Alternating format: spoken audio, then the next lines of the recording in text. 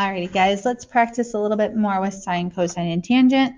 So looking at page 79, if this is theta, my unknown angle, this side over here would be opposite, this side would be hypotenuse, and sine of theta is opposite over hypotenuse. There are 3 numbers to fill in. So as long as I know the angle and one of the 2 sides, you can use sine. So let's try that out. If we open this up, now sometimes we don't even solve all the way. We just write the ratio. So I could write the sine of A by going to angle A and then writing the opposite side, so 6, over the hypotenuse side, so 10, and then reducing because like you can, so 3 over 5. Now if I want to write the sine of B, I need to look at angle B now, and opposite of that is different. Opposite of B is 8, but the hypotenuse is still 10, but I can still reduce to 4 over 5. So sometimes you're just asked to find the ratio, and you just have to write out the fraction. But sometimes we want to use sine to solve. So if I wanted to solve for AC right here, let's call that x, the 3 things that I have, I want to always start with my angle, whether or not you know it. Opposite of that angle is what I'm trying to solve for. I know the hypotenuse. Sine uses opposite and hypotenuse. Ignore this. So if I want to find x, I would write sine of my angle equals opposite over hypotenuse. Sine of 21 is just some number I don't know yet. I want to solve for x, which is being divided by 9. So to undo that, I'm going to times both sides by 9. So x is equal to whatever 9 times the sine of 21 is. Now, I showed you in the last video how to do it on your iPhone, and I've seemed to misplace mine at the moment. Oh, there it is. Found it. My desk's a mess. But I can also show you how to use Desmos. So on your iPhone, boop, boop, boop, I'm going to want to turn it sideways, and I want to write this all in backwards. So 21, not sine, little negative 1, sine times 9 equals 3.23. Now, if you're on an Android, and I'm so sorry I don't have an Android phone, you can just type it in straight. But we can also use Desmos. So if we go to desmos.com and just click graphing calculator, I know it's going to have a big old graph on here, but you can just like bring up this keyboard and type in functions. Now, before we do, we want to type 9 times. Then I go to functions and I can pick sine of 21. Oops, shoot. Is it not going to do it in degrees? Done. I thought there was a way for me to put this in degrees. Well, oh, maybe I have to hit the little wrench. Yep. So if we go over here and hit the wrench, I think, see down here, this is so weird. There's another way to measure angles, and that's on right now. So if we click degrees, your number over here changes to the correct number. So if you do need to use Desmos, you can, but you need to come over here and click on this little wrench, make sure you pick degrees, and then you'll be all good to go. So I'll show you one more time how to do that in just a second when we try cosine. So going back to this one, maybe we'll come back and solve for that one in just a second, but let's talk about cosine. So if theta is still down here, and I know the side adjacent to it and the hypotenuse, then I can always write the ratio cosine of my angle equals adjacent over hypotenuse. So if we take a look in here, we may just want to write the ratio and that's it. So if they want me to write the cosine of A, I go to A, and adjacent to that is 16. The hypotenuse is 20. I can reduce because 4 goes into both, so 4 over 5. If I want to write the cosine of B, I got to go to B now. And whatever's adjacent to that is different. It's 12. But the hypotenuse is still the same. And so when I reduce, I can reduce by 4 again. That's going to be 3 over 5. I can also use cosine to help me solve for a missing side. So let's say, for instance, ignore this. We're going to find x right here. So I always want to start at my angle. The side that I want to find is adjacent.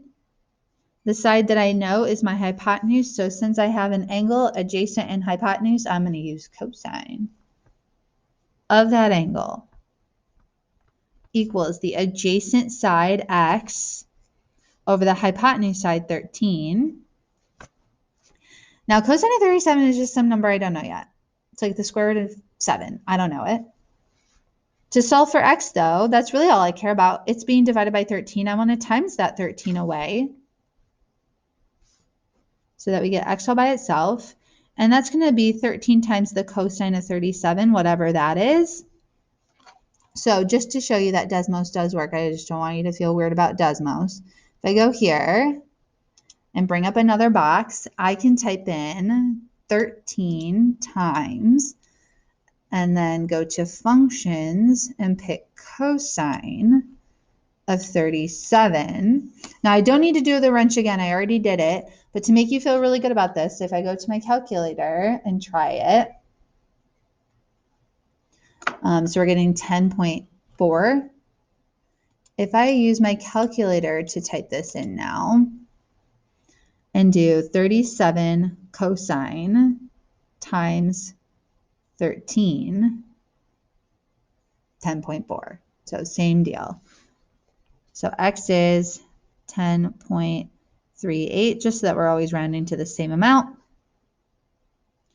And then last but not least, I can also use tangent to help me solve for stuff on right triangles.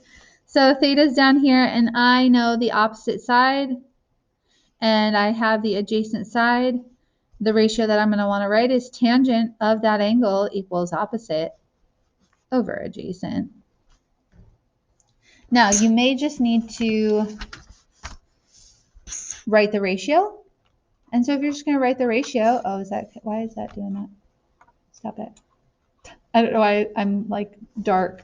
I don't know. If you want to write the tangent ratio, you'd go to tangent of A because they told you angle A is the one you got to start at. And opposite of that is 15. And adjacent to that is 20. And I can reduce because 5 goes into both. 3 times on top, 4 times on bottom. Then if I want to write the tangent of B, I got to go to B now. Take a look at B. And opposite of B is 20. And adjacent to B is 15. Which can just reduce. It's just a reciprocal. So 4 over 3. Now, again, I can also use tangent to help me solve. So, ignoring this, if I wanted to solve for x over here, I would be using tangent because looking at this angle, I know the adjacent one, and I want to know the opposite one. And tangent is the only function that uses both opposite and adjacent. So I would write tangent of my angle, which is 50, equals the opposite side x over the adjacent side 20. And just like all the others, guys, it doesn't matter which trig function it is. I mean, it kind of does. But when I'm solving, I was always just multiplying by that under number. The trig function does matter. I don't want to make light of that. But really to solve, you're just timesing by the under number. And so we get 20 times the tangent of 50. And so just because my calculator is easier to grab, I'm going to type that all in backwards. So 50 tangent times 20. So x is 23.34 or 84. I know my numbers. Now, guys, I know it's always kind of freaky to not know if something's right or not. So I'm going to just one last time show you on Desmos. So if we type that in 20 times, you can even spell it out. Like you don't have to pick the function TAN and then parentheses 50, same number, 23.34 when I round.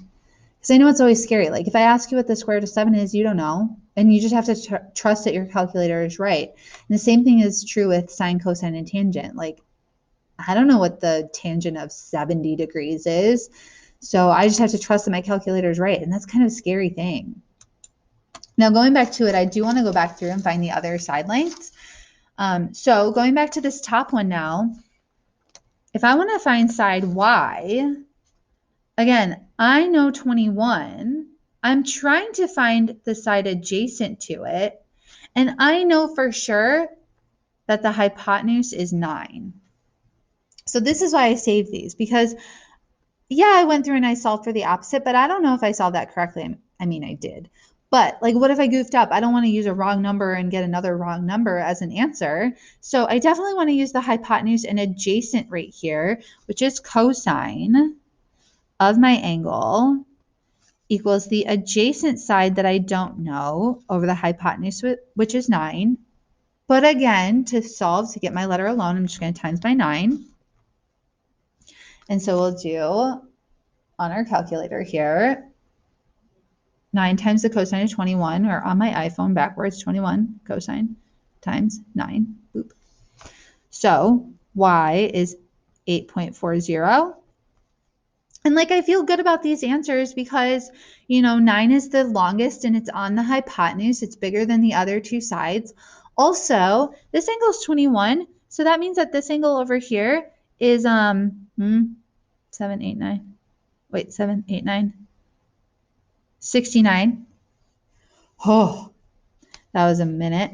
And the next biggest side should be y, and it is. And that's the smallest, which is across from the smallest angle. So it all comes together, kind of makes sense. On to the next. If I wanted to solve for y on this one, again, based on the angle that I know, this side is opposite. I also still know that my hypotenuse is 13. So opposite hypotenuse is sine of my angle equals opposite, which is y, over the hypotenuse, which is 13. And again, it's still under. I'm going to times that 13 to the other side. The reason we're getting a different answer, though, is because now this is a sine function rather than a cosine. So 37 sine times 13 is 7.8. So y is 7.82. Which again makes sense because my hypotenuse is the longest, 13, and this angle will be bigger, and x was bigger than y was. So that makes sense. Last but not least, on this one here, if I wanted to solve for this other unknown side, that's my hypotenuse. The one that I knew originally was adjacent to the angle. Because I have adjacent hypotenuse, I want to use cosine of my angle equals the adjacent side over the hypotenuse side, which is y. Now this one is different because every other one has had the letter on top. And if the letter is not on top, you kind of have to like flip both the fractions and solve, and it's kind of a mess. But like the shortcut is these two just swap spots, and you end up with y equals 20 over the cosine of 50. And so when we type that in now, I need to do 20 divided by the cosine of 50, which I have to do 50 and then cosine, equals. So 31.11 feet or inches, I don't know. And that is the longest, and it should be because it's the hypotenuse, like 31 compared to 23 and 20. So there you go. Hopefully that kind of helps. I'm going to post another video if you're still a little bit confused about how to find an angle using trig.